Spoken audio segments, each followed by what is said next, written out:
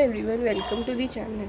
So dear students, in this video हम discuss करने वाले हैं about the SP paper pattern along with the previous year question paper 2023.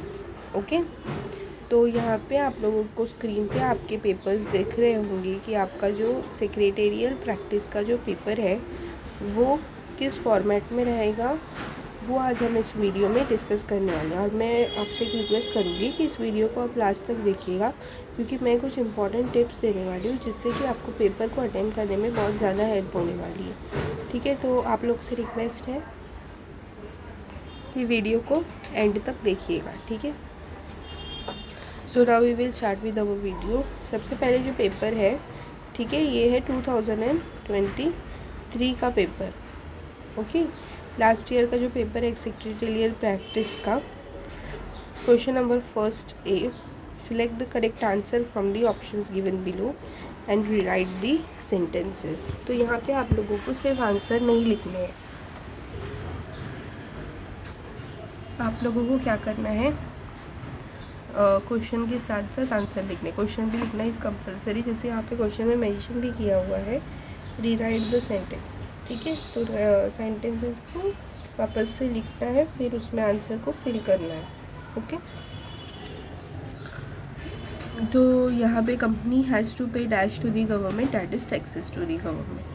Okay, फिर है dash shares are issued free of cost to existing equity. Okay, dash shares are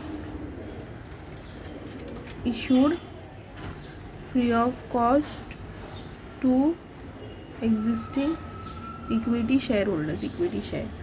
ठीक है, तो main चीज़ क्या आपको ये समझना है कि आपके पेपर में जो क्वेश्चन नंबर फर्स्ट ये रहेगा, that will be select the correct answer from the option. Okay, फिर थर्ड है dash is a proof of title of shares, share certificate. Okay, तो आपका जो फॉर्मेट रहेगा वो रहेगा question number 1 select the correct answer. फिर क्वेश्चन नंबर 4 जो होगा, debenture capital is a dash capital of a company, borrowed capital of a company. ठीक है, dividend is paid first to dash share holders, equity share holders. ठीक है, okay, this is the 5 questions. Total marks for the objectives will be 20. First sub question was select the correct answer from the options given below and rewrite the statements. फिर हम बात करते हैं B की. B में है students, state whether the following statements are true और false. ये भी 5 मार्क्स के लिए आएगा. इसका जो आंसर है, finance is related to money and money management, that is false. Okay,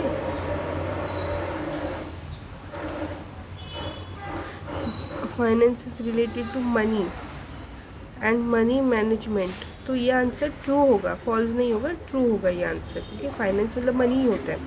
फिर सेकेंड है share certificate is issued for partly और fully paid up shares, false. फिर उसके बाद एक government companies can collect the deposit from its members, true. फिर depositors are given voting rights, false. Primary market is also known as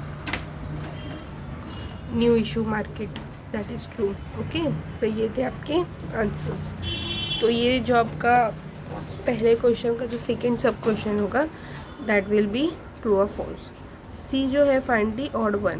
पहला है face value, market value और redemption value, तो इसमें आंसर रहेगा redemption value.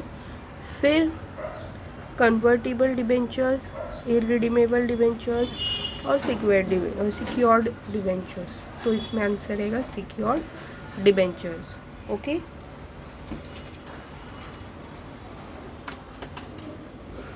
Next dividend warrant, interest warrant और demat, तो इसके अंदर आएगा डीमेट. ओके, फिर उसके बाद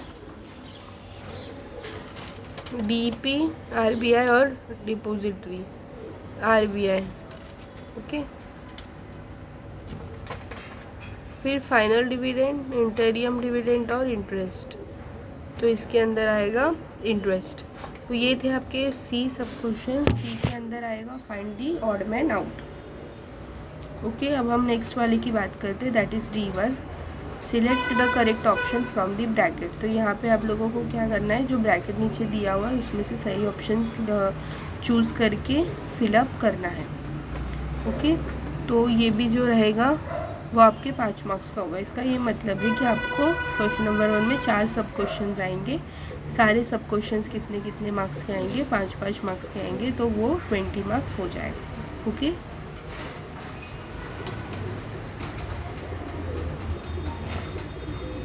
अभी next question number 2, explain the following terms concepts any 4। पहला है वर्किंग कैपिटल, दूसरा है ओवरड्राफ्ट, तीसरा है राइट्स इशू, चौथा है डिपॉजिटरी पार्टिसिपेंट्स, पाँचवा है सेकेंडरी मार्केट और 6th one is stock exchange. तो इसमें से कितने लिखने हैं आपको, एनी 4। ओके, फिर हम बात करते हैं क्वेश्चन नंबर 3 की, that is study the following cases situations and express your opinion any 2। यहाँ पे आप लोगों को कोई भी 2 केसेस जो दिए हुए हैं उसमें से कोई भी 2 सिलेक्ट करके जो आपको अच्छे से आता हो वो आप लोगों को यहाँ पे लिखना है।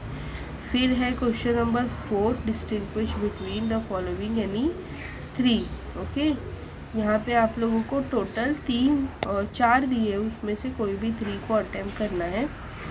पहला जो था that is fixed capital and working capital, उसके बाद जो है शेयर्स एंड डिबेंचर्स, फिर है initial public offer and further public offer, उसके बाद है final dividend and interim dividend. Okay, these are the questions which you have to write. Next question number 5 is answer in brief any two कोई भी 2 लिखना है। Total there will be 3 questions, you have to select any best 2 and right your answers. Okay, so the total marks will be 8 marks. तो any 2 means 4 marks में divide हो गया रहेगा 2 questions. पहला था state the content of share certificate और दूसरा था explain 4 advantages of depository systems for an investor. उसके बाद था state the functions of saving. फिर बात करते हैं क्वेश्चन नंबर 6 की, that is justify the following statements any 2। Okay, यहाँ पे आप लोगों को 4 क्वेश्चन दिए होंगे, 4 में से कोई भी 2 आप लोगों को सिलेक्ट कर लिखना है। Total marks will be 8 marks. ठीक है, 2 लिखना है, मतलब 4 में वो मार्क्स डिवाइडेड होते हैं। ओके, तो यहाँ पे आप लोगों का जो पहला क्वेश्चन था, company can issue only certain types of debentures, all companies can not accept deposits from public. फिर है equity shares get last priority in payment of dividend. फिर है capital market is useful for corporate sector. Okay, तो ये 4 question हैं, इसमें से आप लोगों को कितने लिखने हैं, यानी 2। फिर हम बात करते हैं नेक्स्ट क्वेश्चन की, that is question number 7। Question number 7 जो आपको आएगा that will B attempt the following any 2। 3 question में से कोई भी 2 आपको दिए, ये लेटर से रिलेटेड क्वेश्चन रहेगा, यहाँ पे आप लोगों को लेटर लिखना है। Okay, question number 7 will be letter question. तो उसका मार्क्स कितना होगा, 10 मार्क्स। इसका मतलब 2 लेटर को 5-5 मार्क्स करके डिवाइड किया गया। ओके, उसके बाद जो लास्ट क्वेश्चन है that is answer the following questions any 1। दोनों में से कोई भी एक लिखना है। The marks will be 8 marks, 1 for 1 it will be 8 marks. तो कोई भी एक आप लोगों को जो बहुत ज़्यादा अच्छे से आता होगा ना स्टूडेंट्स, वो आप लोगों को लिखना है। ठीक है, ऐसे मैंने पहले भी आप लोगों को बताया कि ये जो क्वेश्चंस होते हैं बहुत ज़्यादा स्कोरिंग होते हैं लास्ट वाले, तो आप लोगों को ट्राई करना है कि इसको कंप्लीट करने का। अगर आपको ऐसा लग रहा है कि मेरा पेपर छूट रहा है तो पहले इसको अटैम्प्ट कीजिएगा। ओके, और मेन चीज़ ये भी है कि आप लोगों को स्पीड को स्टार्टिंग से ही इंक्रीज़ करते हुए ही चलना है, ज़्यादा भी इंक्रीज़ मत करोगे राइटिंग ख़राब हो जाए। बट हाँ, थोड़ा सा इंक्रीज़ तो होना ही चाहिए, बिकॉज फिर ऐसा हो जाएगा कि लास्ट में आप लोग बहुत ज़्यादा पैनिक हो जाओगे कि पेपर कंप्लीट नहीं हुआ है। इसलिए आपको स्टार्टिंग से ही इन बातों का ध्यान रखते हुए पेपर को कंप्लीट करना है। ओके, और ये सारे पेपर पैटर्न आप लोगों को, paper pattern along with the answers you have got about the last year question paper. I hope आप लोगों को पूरा पैटर्न समझ में आ गया होगा कि आपके बोर्ड का जो क्वेश्चन पेपर रहता है उसका पैटर्न कैसा होता है। कल के दिन आप लोगों का पेपर है तो वो पैटर्न आप लोगों को कैसे आएगा। तो आप लोगों को आई होप ये चीज़ें समझ में आ गई होंगी। अगर आप लोगों को वीडियो पसंद आया होगा तो प्लीज़ वीडियो को लाइक कीजिए, शेयर कीजिए और सब्सक्राइब कीजिए स्टूडेंट्स, ओके, ताकि आपको कोई भी न्यू वीडियोस आए रिलेटेड टू योर स्टडीज़ आप लोगों को वो फर्स्ट मिल सके, ओके। और आप ध्यान रखिएगा, आप जो भी क्वेश्चन लिखोगे after completing that one question you have to leave the page. Last जो पेज अगर ब्लैंक छूट गया है उसको आपको कट आउट करना है, ओके। ये चीज़ों का भी ध्यान रखिएगा, सब कुछ प्रॉपरली कीजिएगा, पैनिक नहीं होना है, पेपर को प्रॉपरली अटेम्प्ट करना है। पेपर थोड़ा लेंदी होता है तो आप लोग ट्राई कीजिएगा कि आप अपनी स्पीड को इंक्रीज़ करें ताकि लास्ट तक आपका जो पेपर है वो कंप्लीट हो जाए अच्छे से, ठीक है, ओके। तो आई होप आप लोगों को सब कुछ समझ में आ गया होगा। अगर आप लोगों को कोई भी डाउट्स रहेंगे regarding to the question paper और regarding to the paper pattern, anything you have doubts you can ask me in the comment section, okay students, thank you so much।